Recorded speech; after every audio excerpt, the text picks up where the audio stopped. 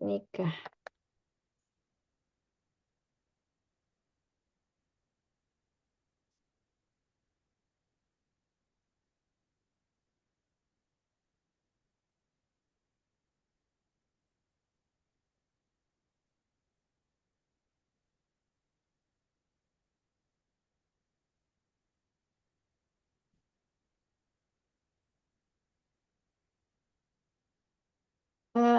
Nomor berapa Ustazah? 1086. 1086 ya.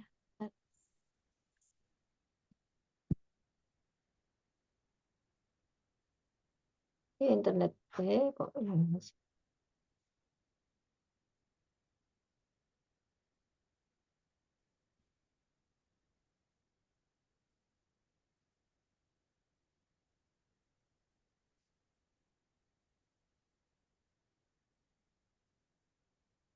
Seribu 1086.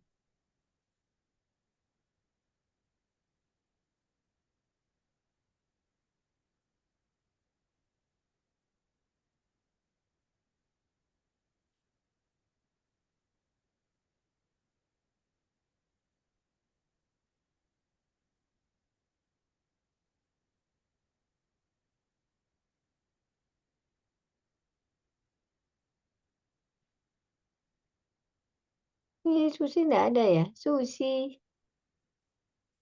Apa beliau sakit dok? Beliau kemarin nggak enak badan. 1086 sebentar Saudara. Kok mahal sebentar ya. Oh ini. Bapak 5 1086. Oh ini.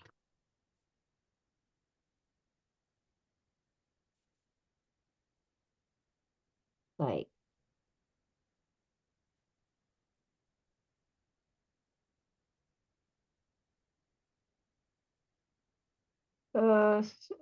Sebentar ini mana Susi? Saya dulu ya dok, sambil lihat halaman. Oh lagi di jalan.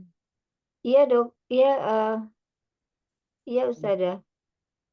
Bismillahirrahmanirrahim.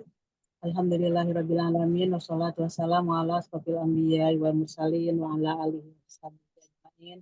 Asyhadu an la ilaha illallah wa asyhadu anna Muhammadan abduhu wa rasuluh.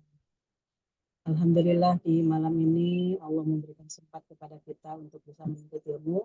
Semoga kita dibuka hati untuk bisa paham dan mudah-mudahan Allah memberikan taufik untuk bisa mengamalkannya. Semoga ini merupakan sarana bagi kita untuk menambah keimanan dan ketakwaan kita, dan semoga Allah selalu membimbing dalam kehidupan kita. Semoga kita semuanya dijadikan oleh Allah Subhanahu. Amin ya rabbal alamin. Monggo dok. Amin amin. Iya Ustazah, sebentar saya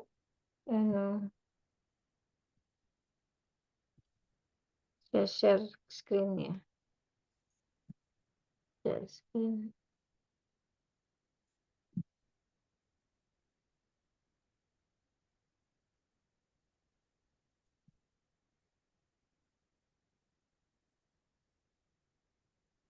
Ini saya bisanya buka yang ini Ustazah, nggak apa-apa ya? 1086. Iya. Ya Ustazah. Bismillahirrahmanirrahim. Dari Ibnu Abbas radhiyallahu anhu bahwa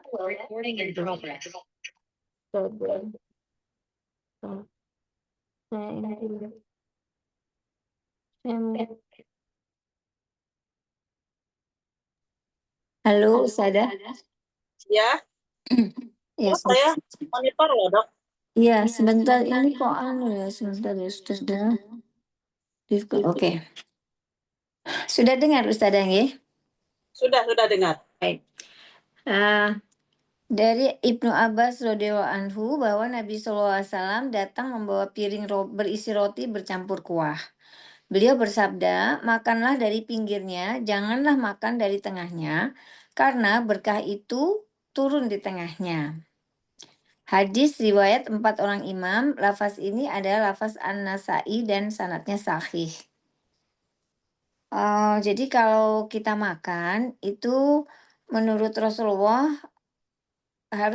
sebaiknya dari pinggir kemudian ke tengah gitu. Karena, makin ke tengah makin makin berkah gitu ya Ustazah?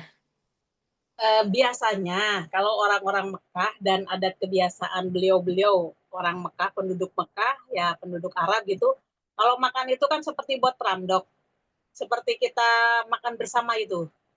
Oh. Umpamanya kalau ada apa daun pisang dibeberkan, kemudian nasinya satu panci itu apa dikeluarkan di atas daun pisang tadi, kemudian ikan-ikannya itu semuanya ada dikelilingi ikan. Maka yang makan kadang-kadang 10 orang ataupun kurang ataupun lebih. Jadi makan bersama gitu, Dok, dalam satu tampah. Oh. Oh iya, orang Arab biasanya gitu ya Ustazah? Gitu. Kan kalau kita juga di sini kan kita suka ngadain tumpengan ya. Iya iya iya. Kadang-kadang tumpengan di kita ini karena tidak terbiasa kayak orang Arab, kita dikasih pincuk, daun pincuk itu kan, Iya kemudian iya. dari tumpeng itu diambilin ke tempat kita gitu. Nah Iya. kalau dia itu kan begitu sudah disiapkan itu nggak pernah pakai tempat yang lain lagi. Jadi mereka makan bersama di situ. Nah ketika makan bersama ya nggak usah dari tengah-tengah gitu. Ya udah yang ada di pinggir kita ini terus nanti kan ke tengah sama-sama habis. Kalau dari tengah semua dari tengah, terus yang pinggirnya kan mungkin bekas ngambil tangan gitu kan ada jatuh-jatuh ke pinggiran gitu. Jadi kan kayaknya nggak enak dilihat. Sopan santunnya gitu ya Ustazah ya? Itulah Biar ya, nggak jadi mengotori yang lain ya Ustazah? ya. Oke oke oke. Jadi itu Tapi sebentar, tapi kalau umpamanya kita makan di piring, kan piring sendiri ya, Dok. iya. Kemudian seperti kita makan apa sajalah, mau kuah atau mau tidak, ya kadang-kadang kan kita ya mau dari tengah, wong piring cuma berapa apa namanya, berapa senti gitu kan. Jadi kan kita tinggal kadang-kadang kan kalau panas kita buka-buka aja di tengah, ditekan-tekan malah. Iya, Ya, ya malah dicampurkan gitu ya Ustazah? campurkan ya. Iya. Ya, sudah. Monggo lanjut. Selanjutnya ini Ana masih belum bisa. Jadi 1087 dari Abu Hurairah radhiyallahu anhu, dia berkata Rasulullah SAW tidak pernah mencela makanan sedikit pun. Apabila beliau suka, beliau memakannya dan apabila tidak suka, maka beliau meninggalkannya. Mutafak alaih. Jadi kita nggak boleh ya Ustazah ya bilang nggak enak ini, kurang itu gitu ya Ustazah. Jadi harus alhamdulillah pokoknya ya.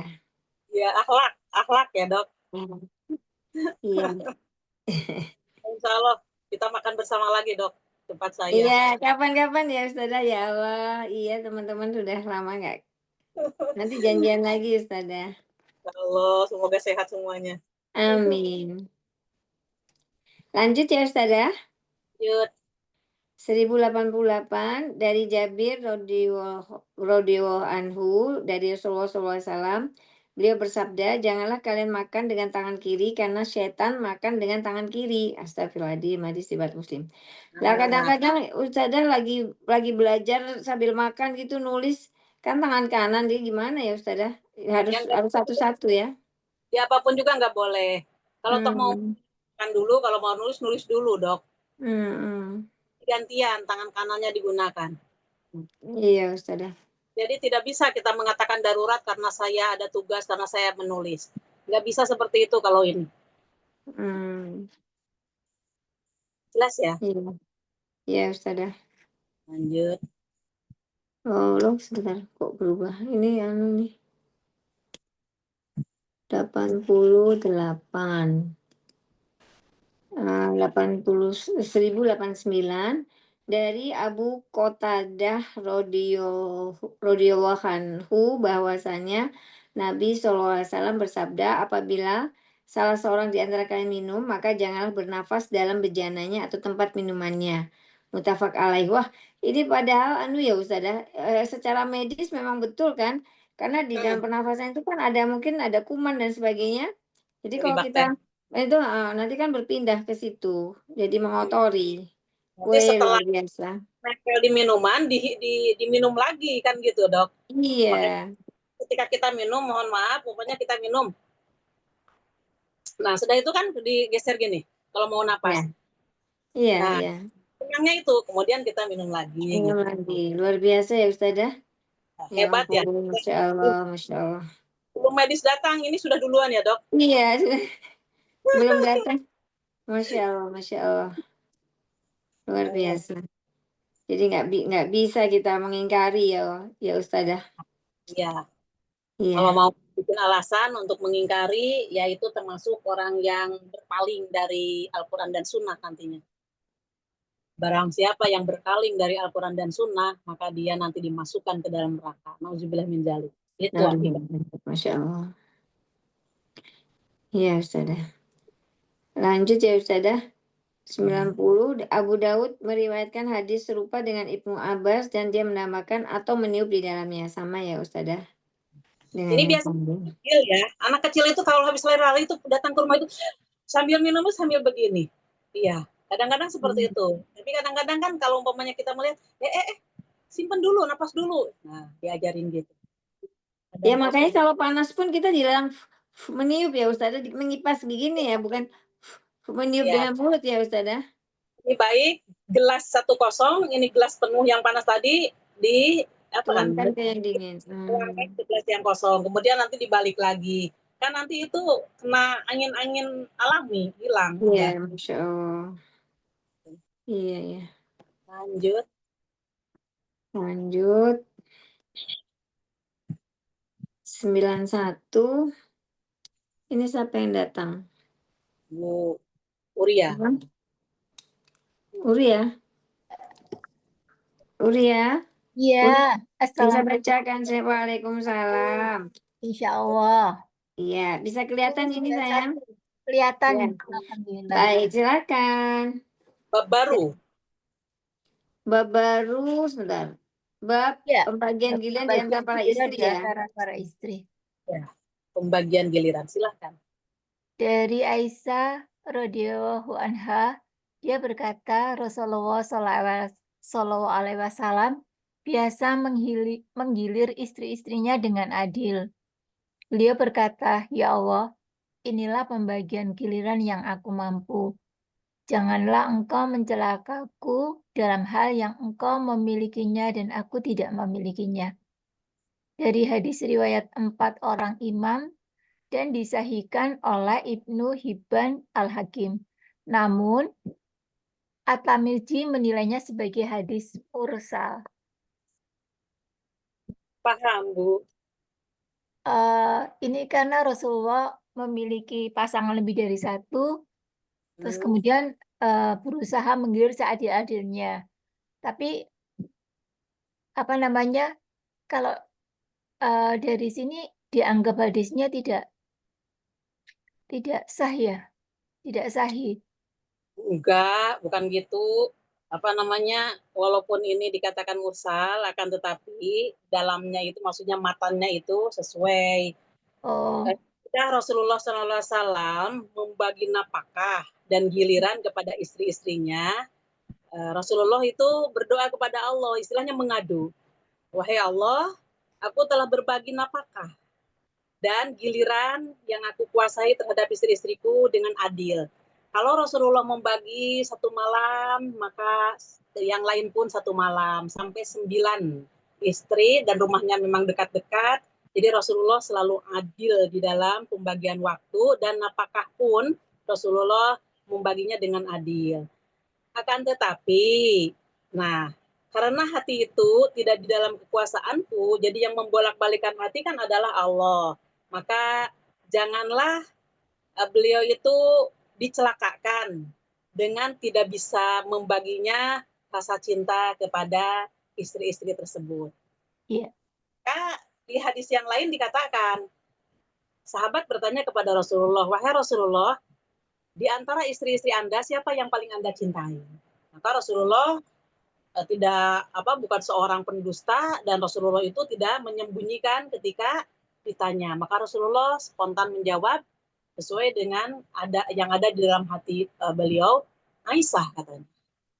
Ya, jadi dari situ, dari istri yang 9 itu yang paling dicintai oleh Rasulullah adalah Aisyah. Nah, rasa cinta tersebut ya memang itu dari Allah semuanya. Tidak bisa kita atur, tidak bisa kita olah. Sebagaimana kalau umpamanya mohon maaf ya, ketika kita dulu mungkin merasakan antara senang dan tidak senang kepada seseorang, ya kita tidak dipaksakan. Kalau umpamanya atau senang kepada si A, ya udah seolah-olah dia itu akan jadi teman kita gitu. Tapi ketika kita tidak mencintai dia, ya walaupun dia berusaha untuk dekat kepada kita, kita selalu menghindar, selalu nggak mau. Nah, karena masalahnya apa? Yang mengatur hati itu adalah Allah. Maka Rasulullah pun mengadu kepada Allah, jangan dicelakakan, disebabkan hatiku ini tidak bisa membagi cinta secara adil. Nah, itu ada di dalam hati, karena itu yang menentukan adalah Allah. Akan tetapi secara lahiriah, Rasulullah sudah berusaha untuk seadil-adilnya dalam pembagian giliran dan dalam pembagian nafkah. Itu Iya. gimana? Iya. Jelas ya, Dok? Iya. Rasulullah aja nggak bisa ya Ustazah, apalagi manusia biasa ini ya. Iya. Kalau manusia biasa sekarang ini, Dok, masalahnya diikuti oleh hawa nafsu. Kalau dia umpamanya ada yang poligami, cintanya dia itu jatuh kepada yang muda. Jadi lama di yang muda, seenaknya aja gitu.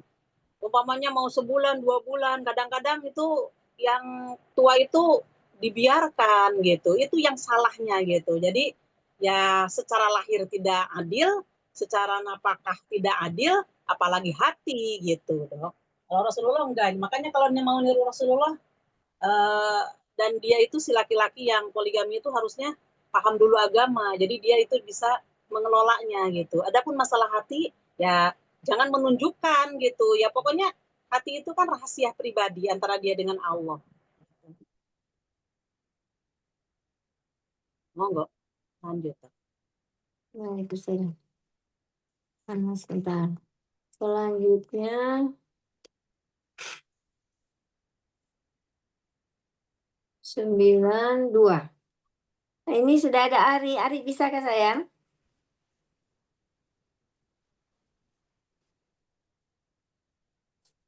Ari belum ya? Kalau belum bisa saya ini 92 dari Abu Hurairah radhiyallahu anhu, dari Nabi SAW, beliau bersabda, barang siapa yang memiliki 2 istri, namun ia lebih condong kepada salah satunya, maka ia akan datang pada hari kiamat dengan tubuh miring.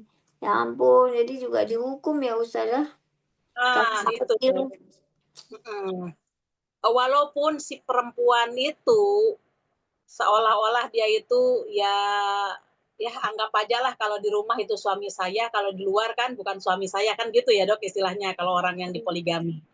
Nah, di situ walaupun si istri adem-adem aja gitu, diem-diem seperti itu, tapi Allah tahu terhadap kelakuan si suami itu. Maka seandainya di hati si suami itu dia tidak adil, terutama di dalam masalah nafkah dan giliran, maka nanti di hadapan Allah laki-laki tersebut akan datang dalam keadaan miring sebelah. Jadi nanti kita bisa menyaksikan banyak laki-laki yang nanti miring, oh itu adalah poligaminya tidak adil. Bisa dinilai seperti itu. Masya Allah.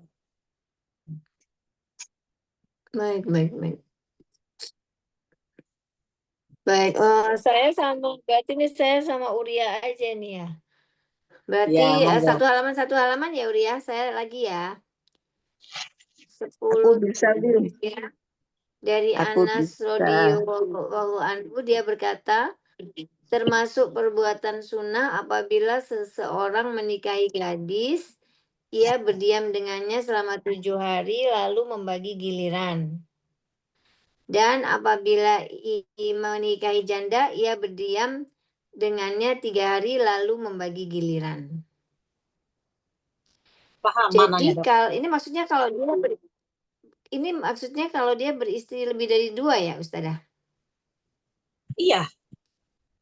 Jadi Tapi kalau ini misalnya dia sudah beristri, kemudian dia menikahi gadis, berarti dia akan ada di rumah istri barunya itu seminggu, baru setelah itu baru bagi giliran adil gitu ya Ustazah? Ya, iya. Kalau itu janda berarti dia tinggalnya cuma 3 hari baru dia membagi, eee, Gili- selanjutnya bagi yang adil lagi gitu ya? Ya. Jadi kalau umpama si laki-laki ini sudah memiliki 2 istri, kemudian nikah lagi berarti istri ketiga.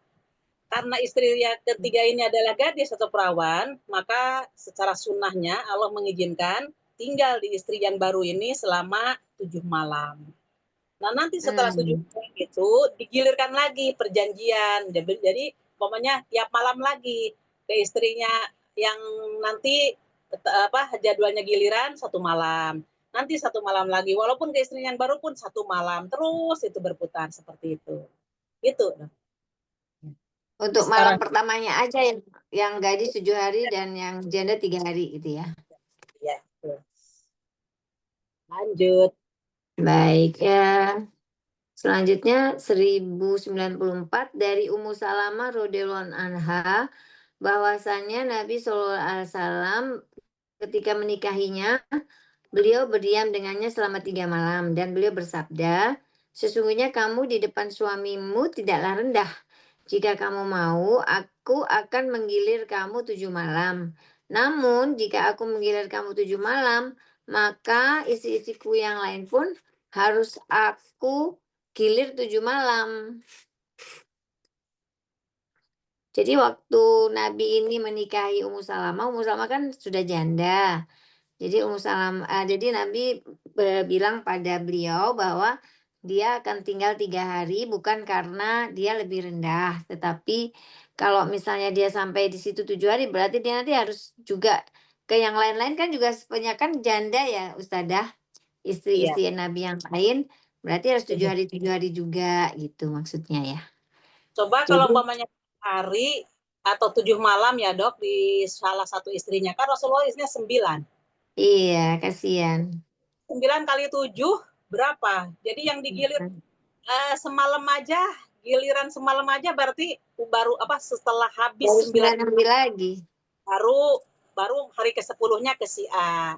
Habis 9 lagi nanti hari ke-10-nya ke si A lagi. Terus gitu. Jadi nunggu 10 malam baru tidur sama Rasulullah ya.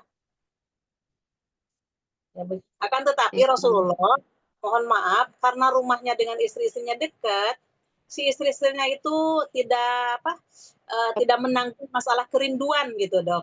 Tidak Ya, selalu bisa masalah ketemu. selalu kalau habis asar Rasulullah itu selalu masuk keliling ke rumah istrinya masing-masing. Nah, habis sholat Hmm. asar itu ke sini mungkin 10 menit, 10 menit, 10 menit, 10 menit mungkin gitu. Gitu. Jadi para istrinya itu ya tidak menderita. Nggak kangen. Orang yang poligami itu yang jadi menderita itu menahan rindunya, Iya, betul. menahan Mhm. kasih sayangnya juga. Nah, kalau Rasulullah itu kan ada setiap hari ketemu setiap hari gitu. Jadi kalau di situasi kondisi perempuan sekarang terhadap laki-laki yang melakukan itu antara benci dan rindu itu pol. Iya, lanjut. Lanjut. Sembilan. Tadi apa? Ana bisa Kak Ana? Belum ya? Belum. Ya, kalau gitu silakan Uria ya Ya, Uria. 95. Satu halaman. Iya. Dari Aisyah radhiyallahu anha bahwa Saudah binti Zam'am memberikan jatah gilirannya kepada Aisyah, maka Nabi Shallallahu Alaihi Wasallam menggilir Aisyah pada hari gilirannya dan pada hari gilirannya Saudah. Paham. Uria. Jam'ah memberikan gilirannya kepada Aisyah, maka Nabi menggilir Aisyah pada hari. Oh, ini tukar giliran ya Ustazah. Bukan tuker, memberikan. Memberikan. Nabi SAW itu giliran waktunya itu di Saudah. Tapi kata Saudah ya karena mohon maaf Saudah itu sudah sepuh juga gitu. Jadi beliau berkata kepada Rasulullah, ya giliranku ini saya kasihkan kepada Aisyah. Akhirnya atas izin Saudah maka Rasulullah pun tinggal di Aisyah. Gilirannya waktu untuk Saudah. Jelas ya. Tapi Jadi di kalimat terakhir menggilir Aisyah pada hari gilirannya dan pada hari gilirannya Saudah. Oh, berarti Aisyah dapat Dua. double. berarti 2 malam. Double. Iya, dapat double. Oh, iya, Jadi, saja. sebenarnya iya hari pertama ini kan untuk Aisyah. Begitu Iya. harus habis dari Aisyah ke Saudah, maka Saudah ngomong, ya giliranku untuk Anda aja gitu kepada Aisyah. Iya, Maka iya. di situ apa Aisyah ya ketika mengizinkan tuh. Di antara istri-istri Rasulullah yang paling aku cintai adalah Saudah katanya. Ya, masuk akal gitu. Ya gilirannya Saudah dikasihkan kepada beliau. Kepada Aisyah. Lanjut. Ya. Kemudian dari Urwah radhiyallahu anhu, dia berkata, Aisyah radhiyallahu anha berkata, wahai putra saudara perempuanku, Rasulullah Shallallahu Alaihi Wasallam tidak pernah mengistimewakan sebagian kami atas bagian yang lain dalam pembagian giliran tinggalnya bersama kami. Beliau biasa berkeliling pada kami semua dan menghampiri setiap istri tanpa menghaulinya hingga beliau sampai pada istri yang menjadi gilirannya dan bermalam dengannya. Jadi hadis riwayat Ahmad dan Abu Dawud. Jadi memang Rasulullah selalu bermalam bergiliran ya secara adil kepada setiap istrinya. Ya akan tetapi selalu datang gitu kan. Maksudnya tiap hari itu tidak ada istri yang dibiarkan oleh Rasulullah. Tidak ada istri yang dibiarkan. Itu di hadis yang lain itu ba'da asar Rasulullah itu selalu menggilir istrinya. Jadi ya tapi mohon maaf tadi tanpa menggauli tapi kan Ya, tanpa menggauli. Ya bertemu gitu kan. Mungkin ada yang dibicarakan namanya suami istri. Ya dan seterusnya. Seperti itu. Lanjut. Nah, ini selanjutnya. Monggo. Selanjutnya menurut riwayat Muslim dan Aisyah radhiyallahu anha, dia berkata, apabila Rasulullah Shallallahu Alaihi Wasallam selesai sholat asar, ya, beliau berkeliling menemui istri-istrinya, kemudian mendekat kepada mereka. Ini yang sesuai Ustazah tadi dijelaskan. Jadi beliau menggilirnya setelah sholat asar sudah berkunjung ke rumah-rumah istri-istrinya.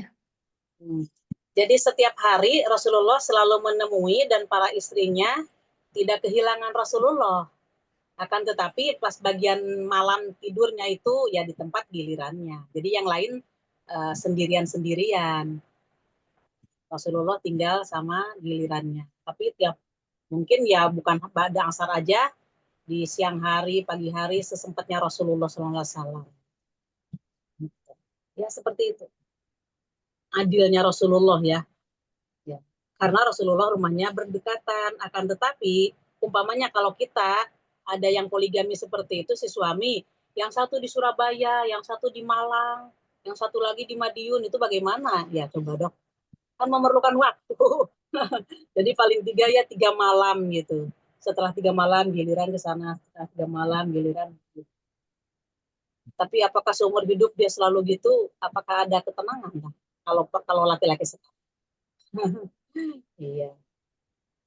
Beda dengan Rasulullah. Lanjut. Ya, saya sekarang 1098 dari Aisyah radhiyallahu anha bahwasanya Rasulullah SAW bersabda ketika sakit yang membawa kepada kematiannya. Di mana giliranku besok? Beliau menginginkan Aisyah, maka istri-istrinya mengizinkan di tempat yang beliau inginkan. Akhirnya beliau pun berada di rumah Aisyah. Jadi sebelum meninggal itu memang istri-istrinya merelakan Nabi berada di tempat yang beliau paling inginkan ya Ustazah, yaitu Ya, rumahnya Aisyah, ya Allah. Rasulullah sakit gitu kan. Karena Rasulullah sakit, maka istri-istrinya semuanya merelakan ya ingin Rasulullah di mana. Ternyata Rasulullah ingin di rumah Aisyah. Akhirnya istri-istrinya pun kumpul di rumah Aisyah semua. Lanjut. 1099 darinya Aisyah juga, dia berkata, Rasulullah SAW apabila ingin bepergian jauh, beliau mengundi di antara para istrinya. Siapa di antara mereka yang keluar undiannya, maka beliau akan pergi bersamanya. Muttafaq alaih. Jadi ini bahkan adilnya juga sampai pada kalau beliau mau berpergian. Itu pakai undian ya Ustadzah?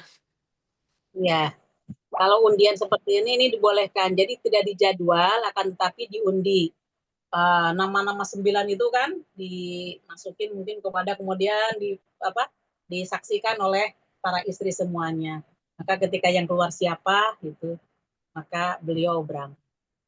Di dalam hadis yang panjang di dalam Muslim, kadang-kadang beliau itu berangkat berdua, istrinya diajak yang kena giliran 2 itu, satu Jenab, kedua Aisyah. Jadi Jenab sama Aisyah kadang-kadang dibawa dua-duanya. Cuma nanti tetap di tendanya itu giliran juga, ini giliran ke siapa gitu. Ini giliran ke Jenab atau ke Aisyah. Terus seperti itu. Walaupun di tempat itu dalam waktu peperangan dibawa. Jelas ada yang pada pertanyaan nggak dok? Jelas ini ya, insya Allah. Lanjut. 1100 dari Abdullah bin Jam'ah radhiyallahu anhu, dia berkata Rasulullah SAW bersabda, janganlah salah seorang di antara kalian mencambuk istrinya seperti mencambuk budak. Ya nggak boleh KDRT maksudnya nih ya KDRT. Bu Ustazah. KDRT iya. Dan nggak boleh kalau marah-marah si suami ataupun kepada istri ataupun kepada yang lain pun, ketika mau memukul jangan sampai memukul. Ada peraturannya, seemosi mungkin, setinggi apapun gitu, nggak boleh, harus dihindari masalahnya. Karena masalahnya kalau muka cacat, maka kan ketika kita bertemu dengan siapapun yang paling duluan yang dilihat adalah muka gitu kan.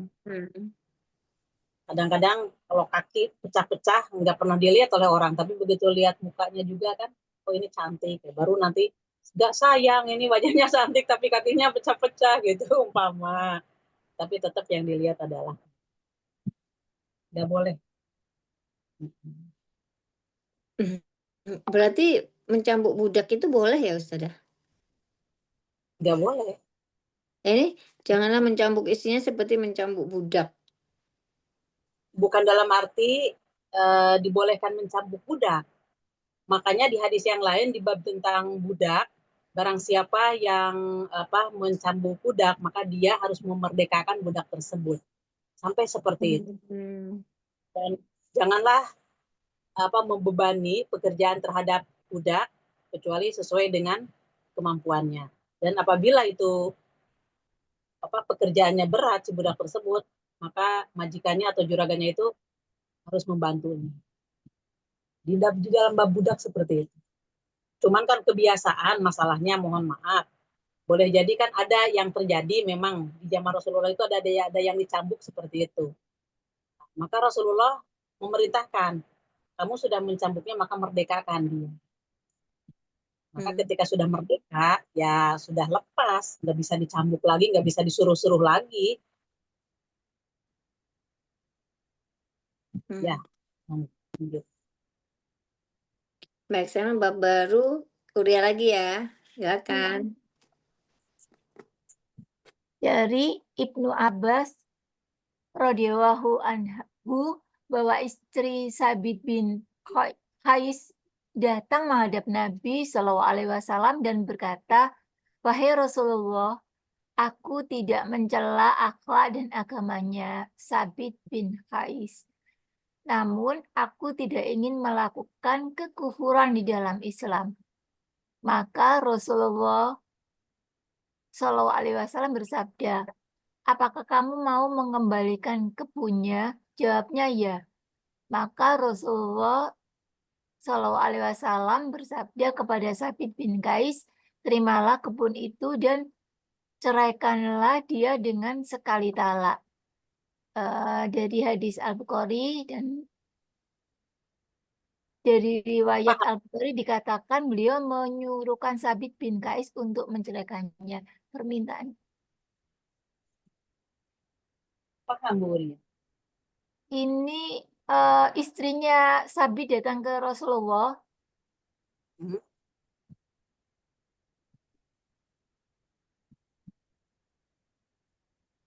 Terus Maksudnya mau menceraikan, Ya, mau minta cerai. minta cerai. terus gimana? Kemudian Rasulullah akhirnya menyampaikan kepada Sabit ini untuk menceraikan dengan satu talak. Tapi kok kayaknya ada jual beli gitu, ada transaksi dikembalikan. Maharnya dikembalikan gitu ya Ustazah? Iya. Oh, itu maharnya dikembalikan. Alasannya apa? Coba alasannya tengah-tengah itu kalimatnya apa?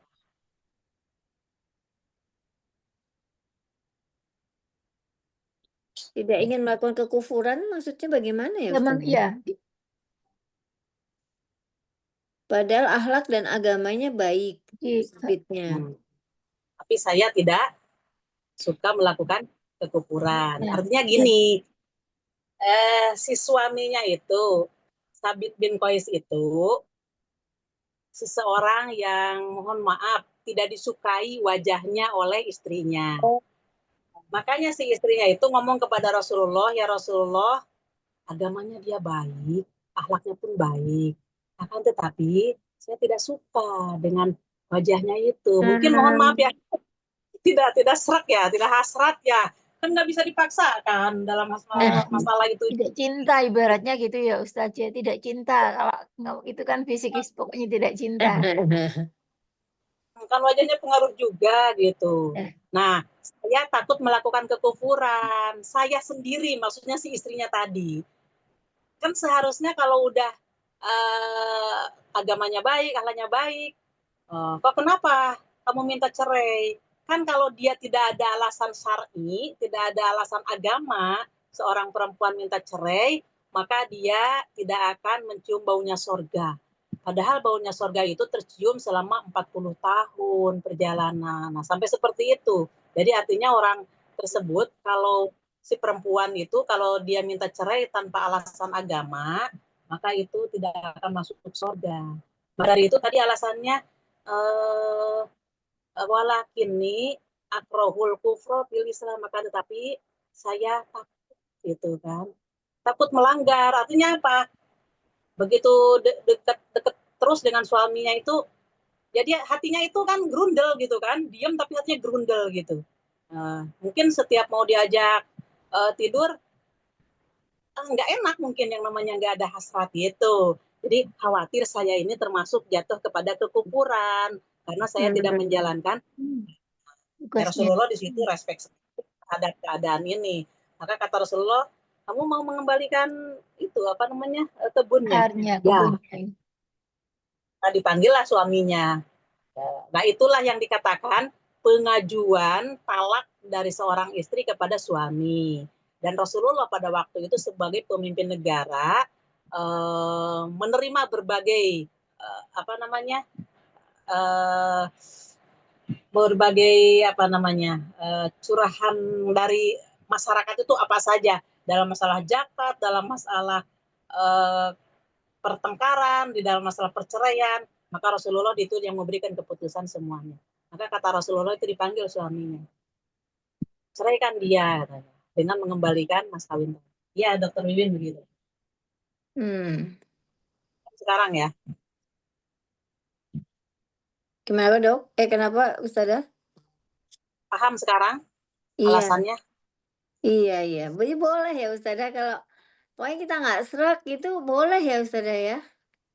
Boleh, tidak bisa dipaksakan. Masalahnya kan gini dok, kewajiban suami istri, ketika si istri itu menghadapi suami, kan dia harus senyum terus kan, harus jangan sampai membuat suami itu jengkel gitu, apalagi kita diem-dieman, nggak boleh seorang istri, dia itu harus melayani suami dengan sepenuh hati. Tapi seandainya ada yang mengganjal di dalam hati, tidak suka, tidak cinta, kan kita tidak bisa menyembunyikan lah, gitu. Makanya atos-atos aja sebelum nikah itu ya. Oh, gitu. yang meletakkan rasa cinta itu kan juga Allah ya, Oh, Ustazah. Iya, iya, Hmm. yang itu. Makanya ketika kita, mohon maaf, ketika kita bertemu dengan seseorang, dalam pandangan pertama kan ada rasa cinta. Sampai sekarang pun itu normal di kita. Perempuan terhadap laki-laki atau laki-laki terhadap perempuan. Cuman kan kita, saya seneng sama itu, tapi enggak seperti apa binatang gitu kan. Kalau seneng dikejar langsung gitu kan. Nah, kita ini kan hanya batasan hati aja gitu. Ya Oke. seperti itu. Iya, iya, iya. Baik. Lanjutnya, Ulia. ya. Sedangkan dalam riwayat Abu Dawud serta At-Tirmizi dan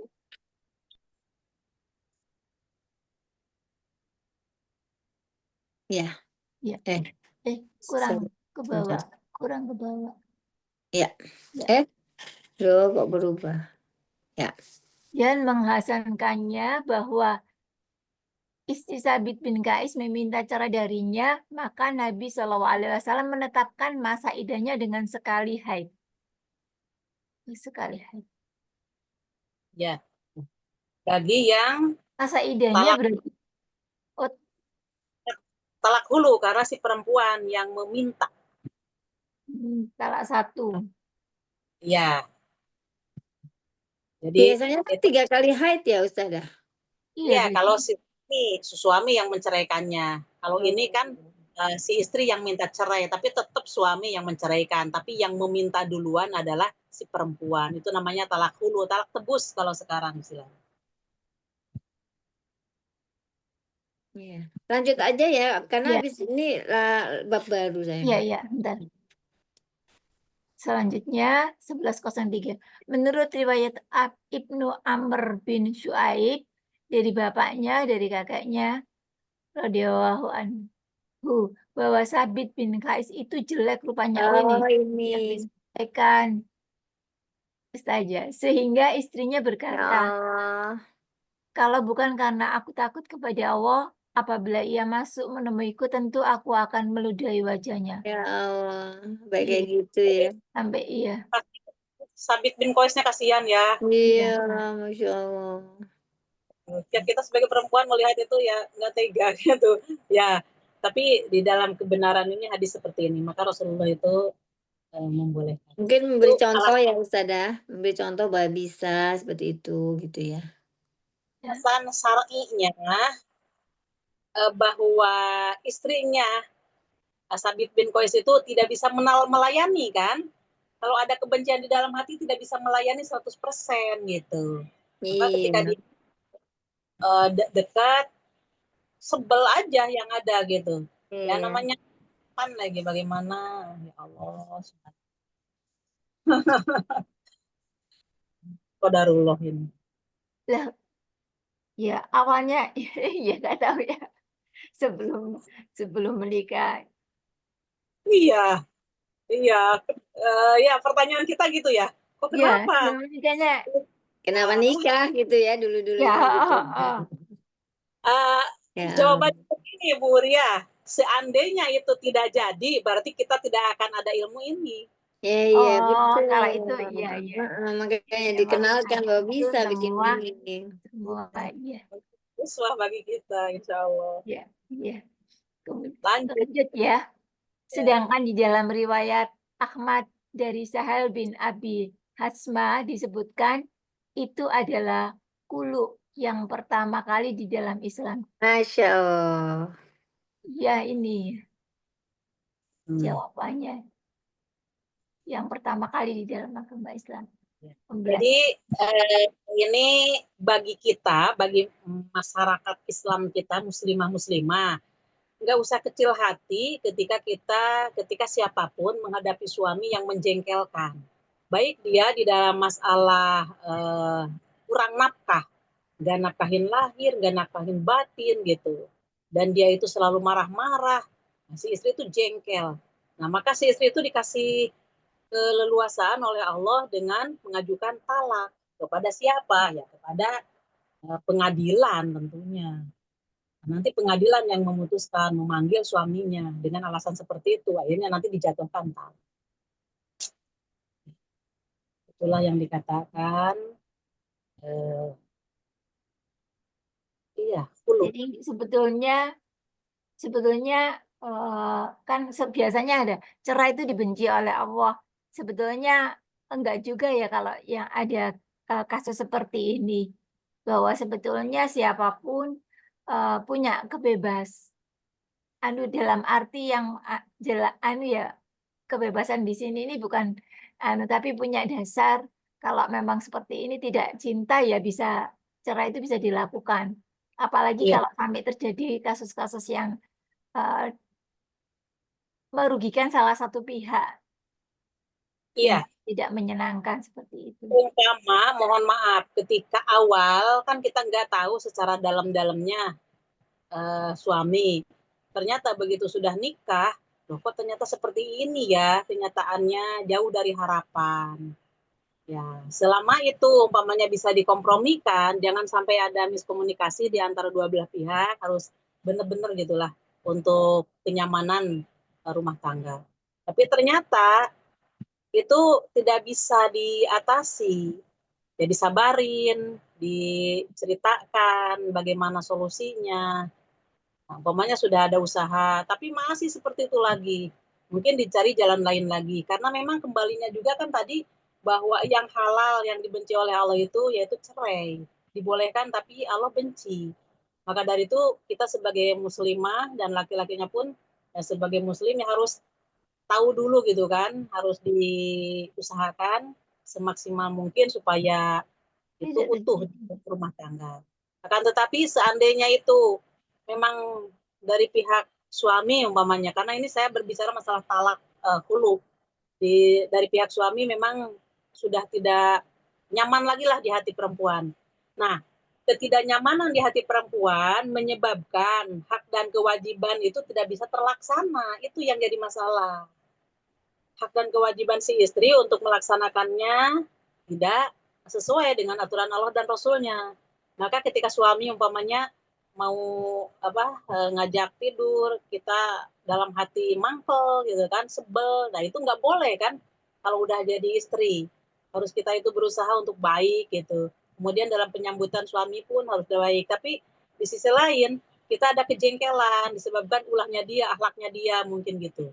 Ya kita nggak usah ambil pusing, wong Allah memberikan jalan seperti ini. Ya udah, tinggal mengajukan aja ke PN seperti itu.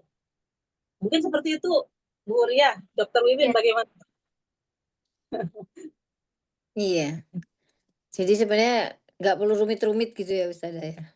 Nggak perlu drama. iya, Iya, iya, Iya. semua ada solusinya. iya.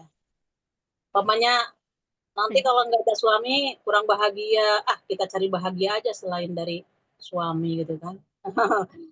Tapi mungkin kalau masih pada muda kan itu tidak bisa berkata seperti itu. Tapi kalau umpamanya sudah kita usia dan sudah berbeda lah, ada fase tersendiri ya dok. Eh, Iya. Monggo diserahkan kepada masing-masing. Lanjut. Baik, sekarang bab baru adalah bab talak. 1105. Dari Ibnu Umar radhiyallahu anhu dia berkata, Rasulullah SAW bersabda, perbuatan halal yang paling dibenci Allah adalah talak atau perceraian. Hadis riwayat Abu Daud dan Ibnu Majah. Hadis ini disahihkan oleh Al-Hakim, namun Abu Hatim merajihkan kemursalannya.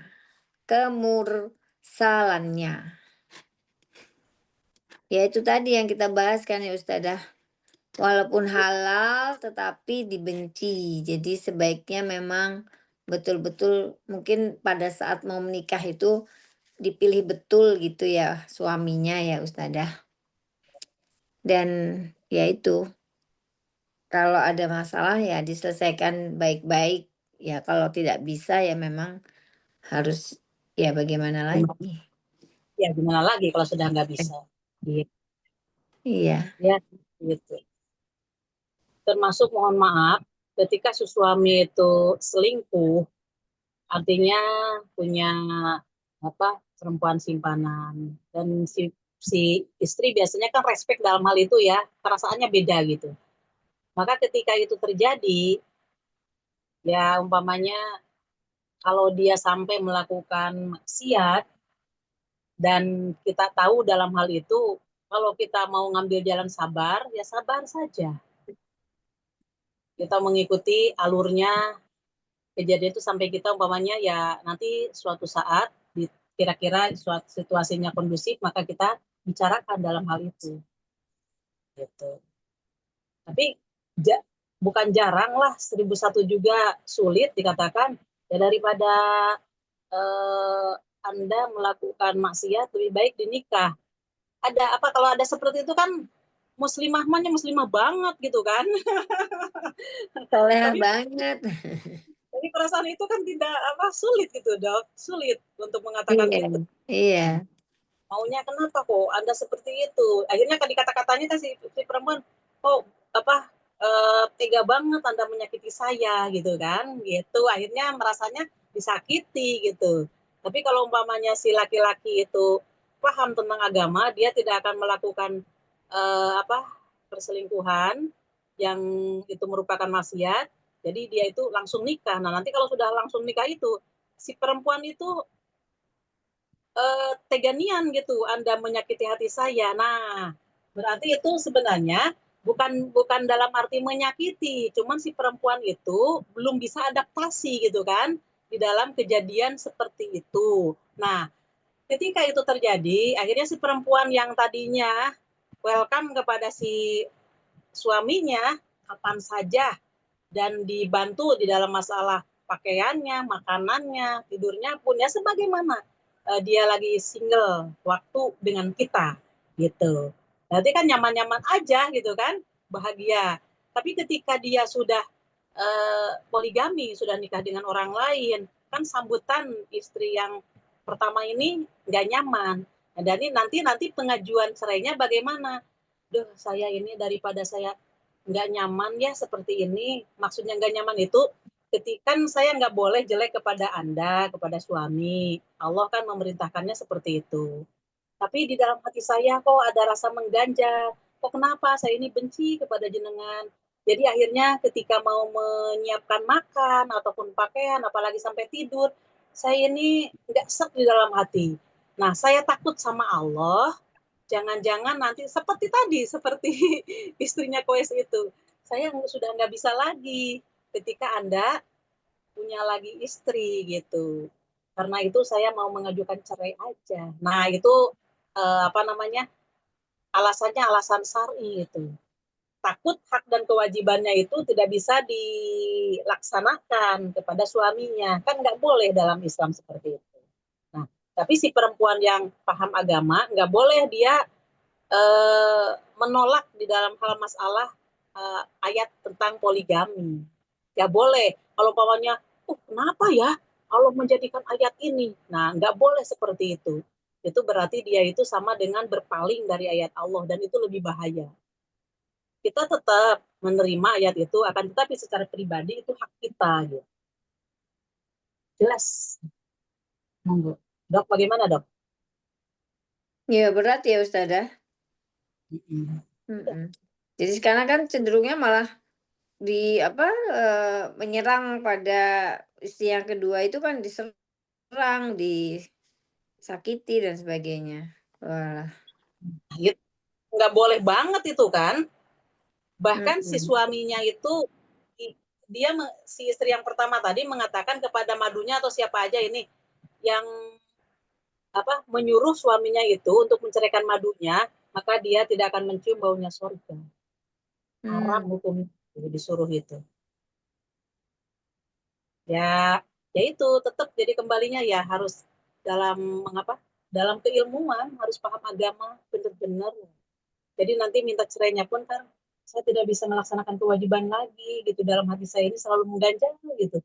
Kalau Anda datang itu rasanya saya kok bukannya tambah senang. Kan kalau waktu Anda sama saya sendirian, saya malah merindukan. Anda datang itu rasa bahagia. Tapi sekarang itu ketika Anda datang itu malah bukannya bahagia, rasa nggak enak dalam hati saya gitu. Nah itu saya takut sama Allah. Kayak Nah itu cemburu gitu ya. ya lebih-lebih dok. Cemburunya cemburu lebih-lebih gitu. Jelas ya dok. Iya, Ustazah. Monggo lanjut. Baik, ini siapa yang datang nih? Ah, Sinta. Sinta bisa baca nggak? Ya, yang mana? Ini 1106. Tar. Nah, ini. Tar ya. Oke.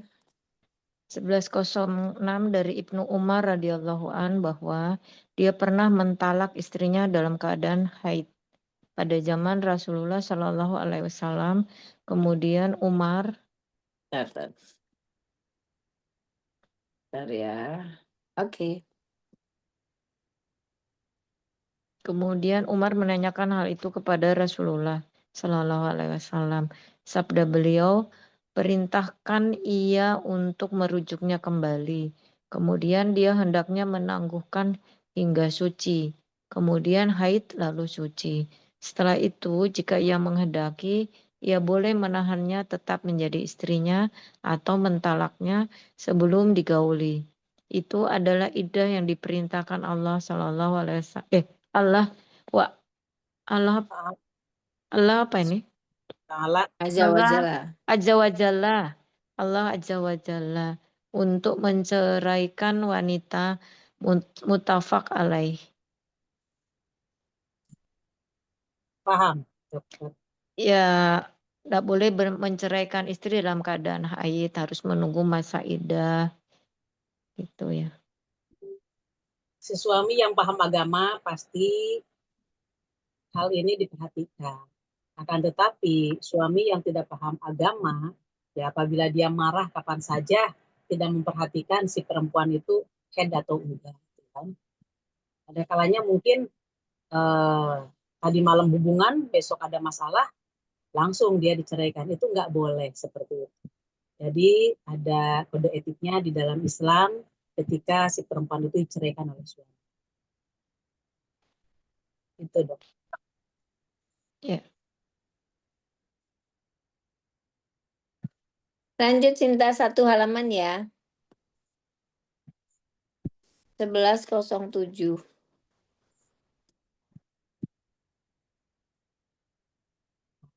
Lanjut. Cinta. Oh, oke. Kalau gitu Uria lagi ya.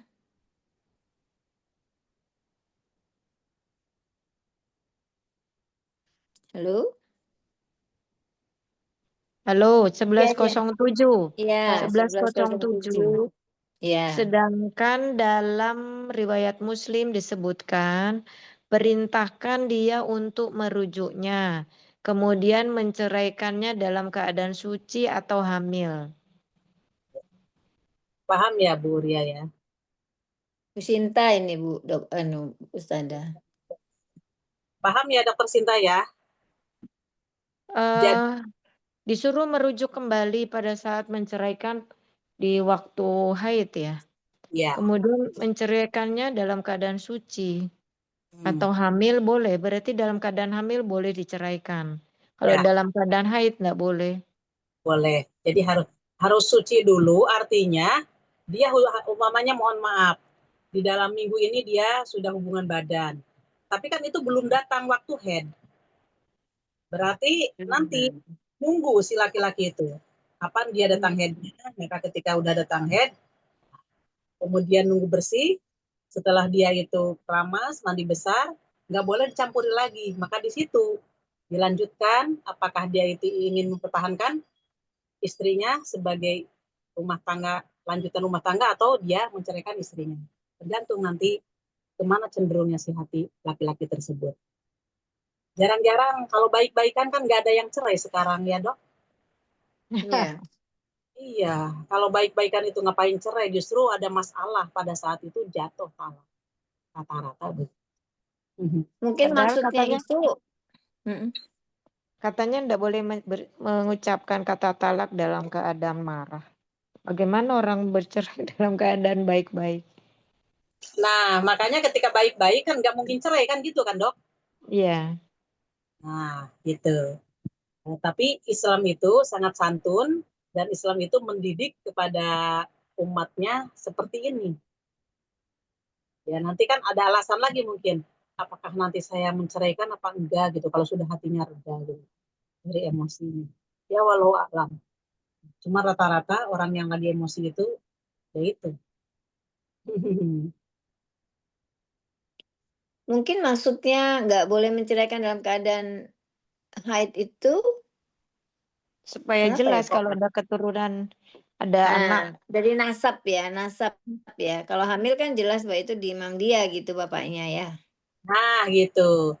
Jadi jangan sampai terjadi nanti kalau umpamanya dia menceraikan saat ini, kemudian ditunggu 2 bulan, 3 bulan kan tidak dihubungi, itu maksudnya tidak dicampuri. Loh kok apa hamil? Jangan-jangan bukan dari aku, nanti masalah lagi. Ya. Tapi ketika dia sudah selesai dari keramas, kan tahu dan setelah itu dia tidak menghubungkan badan lagi. Berhubungan lagi. Ya. Jadi kalau dia hamil pun dari mana gitu. Nah, itu. Ya, Ya, jadi betul-betul kelihatan nasabnya dari mana ya. hebat Islam ya, cara mengatur. Insya Allah ya. Silakan Sinta satu halaman ya. Ini sampai 1108 sekarang. 1108 menurut riwayat Al-Bukhari yang lain. Dan itu dihitung sekali talak. Lanjut. Artinya Lanjut. masih bisa dinikahi Mas- lagi ya Ustazah kalau sekali talak ya. Iya, Masih bisa rujuk selama belum sampai 3 kali 3 kali. keramas. Kalau umpamanya 1 dibiarkan, 2 dibiarkan. Nah, ini jangan sampai ketiga selesai keramas, sudah tidak bisa dirujuk, tapi nanti kalau toh rujuk pun harus nikah di depan penghulu dan mas kawin lagi. Jadi nikahnya nikah baru kalau talaknya sudah habis, idahnya sudah habis. Harus ada nikah baru kalau idahnya sudah habis. Rujuknya begitu, idahnya sudah Jadi kalau habis. talak 1 itu nikah baru, tapi kalau talak 3 dia harus nikah sama orang lain dulu gitu ya Ustazah. Kalau itu namanya bain kubro. Jadi kalau bain kubro itu kan talak 1 selesai, talak 2 selesai, talak 3. Nah, ketika sudah talak 3 itu sama sekali tidak bisa dia kembali. Kalau toh kembali harus di muhalil dulu, artinya nikah dengan laki-laki lain. Ini kalau umpamanya dia talak 1. Talak 1 kan idahnya tetap 3 kali kuru. Kalau umpamanya sudah lewat 3, umpamanya gini, si suami itu menceraikan istrinya talak 1. Akan tetapi sudah ada 6 bulan. Sudah 6 bulan si perempuan tidak nikah lagi kepada orang lain, si laki-laki pun tidak nikah. Maka pada saat itu mungkin ada hasrat, si laki-laki dengan perempuan itu balik lagi. Tapi kan sudah di luar idah, maksudnya sudah 6 bulan kan sudah mungkin berapa kali kuru, 6 kuru gitu kan, 6 kali keramas. Maka itu cara rujuknya harus nikah lagi sebagaimana nikah baru. Gitu. Di depan penghulu ada saksi, ada mas kawin lagi. Gitu. Jelas. Ya. Ya. Silakan Sinta yang 09. 1109. Menurut riwayat Muslim, Ibnu Umar berkata kepada orang yang bertanya kepadanya, jika kamu menceraikannya dengan sekali atau 2 kali talak, maka sesungguhnya Rasulullah Shallallahu Alaihi Wasallam menyuruhku merujuk istri saya dan menahannya hingga haid berikutnya. Lalu aku menangguhkannya hingga suci. Kemudian baru menceraikannya sebelum aku menggaulinya. Jika kamu menceraikannya dengan 3 talak sekaligus, maka kamu sudah bermaksiat kepada Tuhanmu karena menyalahi mana tuh? Karena menyalahi Sorry. Perintahnya. Perintahnya. Mana Perintahnya. tadi? Mana tadi? Ini agak sulit sebentar. Ini. Perintahnya. Ya, karena menyalahi perintahnya dalam menceraikan istrinya. Istrimu. Istrimu. Ya. Paham ini, Dok? Ini ya seperti yang tadi Ustadzah terangkan itu. Ya. Akan tetapi kalau kata-katanya aku talak 3 kamu itu nggak boleh. Soalnya peraturan talak itu kan 1 dulu. Jadi kalau Nggak boleh mengatakan, borongan. nah nggak boleh sekalian aku talak kamu 3. Nah, yang jadi tetap Tetap 1 ya. Dalam 1 ucapan tuh 1 ya ya. Ustadzah. Terus Ya. apakah perlu selisih waktu? Misalnya dia dalam 1 hari itu dalam menyebutkan saya talak kamu 3 kali, talak 3 sekaligus itu enggak laku ya, enggak boleh ya, tidak. Tapi kalau dalam 1 kali perkataan, saya talak kamu, aku talak kamu, nah itu jatuh ya? Tidak bisa. Tetap enggak. Kan coba ya, dokter berpikirnya ketika si perempuan itu ditalak kan sudah bukan istrinya lagi kan? Iya. Kemudian dia mau mengatakan aku talak, kapan rujunya? Kok nalak? Oh gitu. Jadi kalau dia ada rujuk, Jadi gimana tuh Ustadzah sampai bisa ke ketiga itu bagaimana? 1 talak jatuh, kemudian dia itu rujuk, berarti jadi suami istri lagi kan? Iya. Nah, ada masalah lagi, konflik lagi mungkin di dalam rumah tangganya. Akhirnya jatuhkan lagi ya. Talak 2. Talaknya udah jatuh 2. Nah, udah gitu rujuk lagi.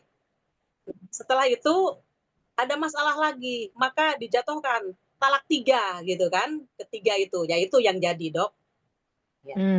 Itu yang Dan jadi, Dok. perkataan talak itu apakah harus eksplisit atau boleh bilang kita pisah aja, udah itu jatuh talak nggak kalau bilang gitu? Ya, Ya kalau udah kita pisah aja. ya, kalau si laki-laki mengatakan, ya udah aku pisah aja sama kamu, berarti si laki-laki tadi Jatuh. menjatuhkan talak. Iya. Jadi tidak perlu ngomong talak, ya kan? Iya. Atau diusir. Aku sudah nggak suka kamu, maka kamu pulang aja ke orang tuamu. Nah, dengan kata-kata gitu itu kan jadi namanya apa ya itu? Simbolik di dalam masalah talak, kata lain dari talak. Jadi tidak harus dengan kata aku mentalak kamu, aku menceraikan kamu gitu, enggak ya. Terus kalau misalnya udah kita pisah aja itu udah jatuh talak. Terus kalau apa lagi ya kata-kata yang bisa menjatuhkan talak itu. Aku serahkan dirimu kepada keluargamu. Aku kembalikan kamu kepada orang tuamu. Itu ada penyanyi gini saya enggak sebut namanya. Aku haramkan diriku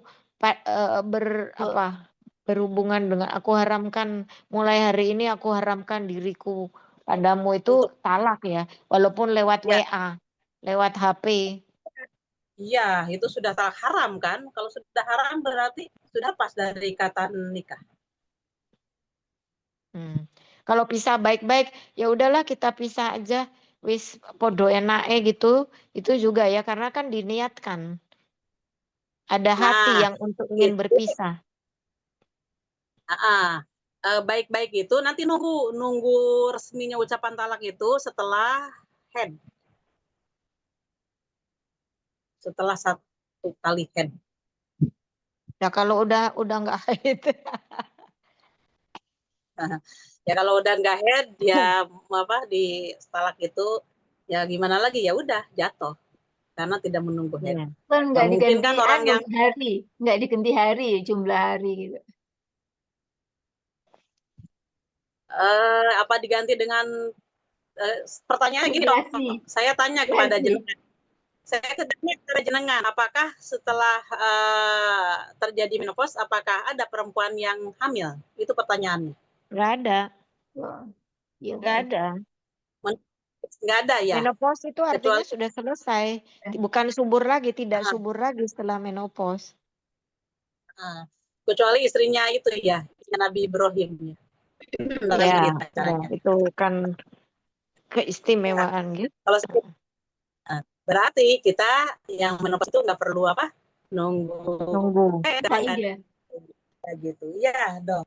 Nggak perlu nunggu 3 bulan itu ya Ustazah ya. tidak perlu nunggu. Dan kalau udah tua kayak gitu kok mau cerai, kenapa ya? Pertanyaan itu dong. Oh, Masa terlalu idah, ya, masa udah tua itu, Masya Allah.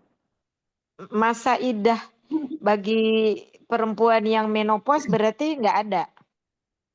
Ada 3 bulan, Tetap ada masa idah. ada. Tetap. Iya, bedanya bulan dengan yang produktif itu 3 kali. Kait.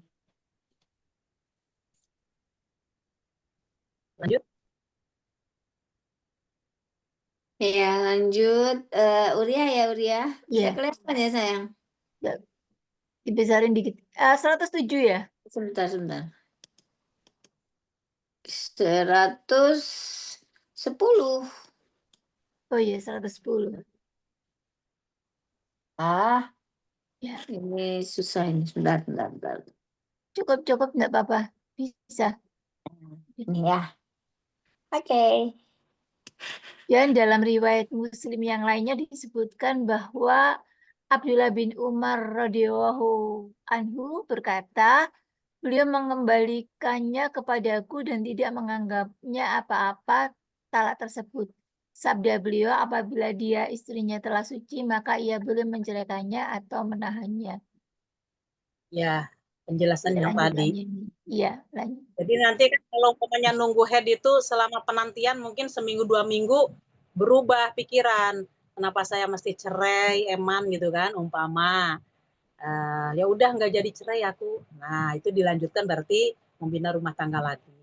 Nah, kalau umpamanya dia mau menceraikan, ya nggak boleh disentuh lagi gitu. Jadi langsung aja jatuhkan talak. Ya, begitu. Selanjutnya. Lanjut.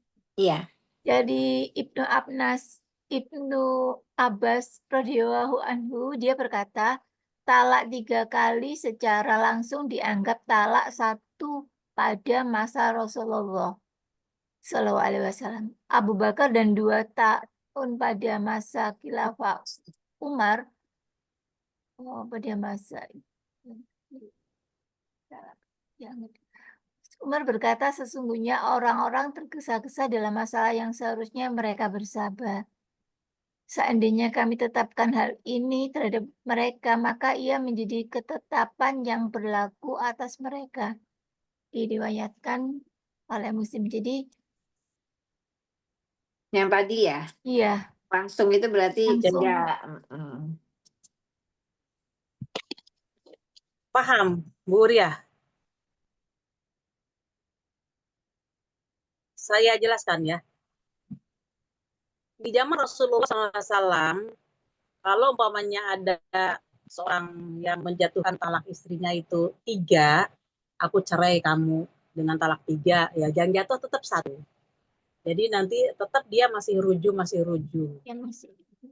Nah, setelah ini, begitu Rasulullah sudah wafat, kemudian sudah berjalan Abu Bakar, nah Abu Bakar tetap begitu mengatakan aku talak 3, 1 yang jatuh. Tapi begitu di Umar, kekhalifahan Umar, karena banyak laki-laki yang menyakiti hati perempuan. Di hadis yang panjang dalam kitab Muslim dikatakan ketika si laki-laki itu mendekati selesai idah, dirujuk si perempuan itu.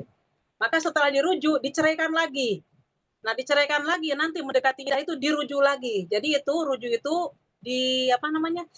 Permainan. Talak itu dijadikan permainan sama dengan dia itu mengolok-olokkan agama Allah gitu. Maka Umar mengambil ijtihad dalam hal itu tapi sesuai dengan Al-Quran dan sunnahnya juga. Nah, siapa yang mengatakan talak 3 maka jatuh benar-benar dia talak 3. Nah, maka ketika itu disampaikan kepada masyarakat, akhirnya masyarakat berpikir nggak sampai dia menjatuhkan talak 3 dan betul-betul dia memelihara di dalam keberlangsungan gitu. Ya, seperti itu. Karena mohon maaf, Islam ketika dipimpin zaman Rasulullah, zaman sahabat pasti baik, tapi kesini-sininya kan makin terkikis untuk menegakkan hukum itu. Maka di zaman Umar itu langsung dijatuhkan siapa yang mengatakan talak 3, maka jatuh dia 3 dan dia tidak bisa kembali lagi sebelum si perempuannya itu nikah lagi dengan orang lain. Ya, begitu. Dr. Wiwin bagaimana? Paham ya? Insya Allah. Jadi sekarang keputusannya gimana Ustazah? Nah, keputusan Oke, kan? sekarang kembali kepada Rasulullah SAW. Jadi kalau umpamanya kita mengatakan 3, berarti ngambilnya ke Rasulullah 1 yang jadi. Kecuali kalau umpamanya yang memimpin negara kita ini adalah seorang khalifah dan negara ini menegakkan aturan Allah dan Rasulnya, ya nanti melihat situasi kondisi. Apakah banyak laki-laki seperti di zaman Umar bin Khattab, maka itu yang memutuskan adalah pihak khalifahnya, pihak pemerintah yang menegakkan Al-Quran dan Sunnah. Di kita kan enggak itu, yang menegakkan Al-Quran dan Sunnah, maka kembalinya ke zaman Rasulullah. Aku talak 3, kamu yang jadi adalah 1. Begitu Dr. Wiwin. Baik Ustazah. Sudah Sampai di jam sini ya, Dok? 9. Iya. Iya. 1111. Baik, terima kasih Ustazah. Mudah-mudahan apa yang kita pelajari di malam ini semoga membawa manfaat untuk kehidupan dunia dan akhirat kita, dan semoga kita diampuni dosa-dosa oleh Allah dan semoga Allah menetapkan kita. Semoga kita mohon kepada Allah senantiasa untuk diselamatkan masuk surga tanpa hisab dan siksa. Amin ya rabbal alamin. Amin ya rabbal alamin. Jika asyhadu alla ilaha illa anta astaghfiruka wa atubu ilaik. Rabbana atina fid dunya hasanah wa fil akhirati hasanah wa qina adzabannar. Assalamualaikum warahmatullahi wabarakatuh. Waalaikumsalam Ustazah. Assalamualaikum jazakallahu khair. Teman-teman terima kasih. Terima kasih.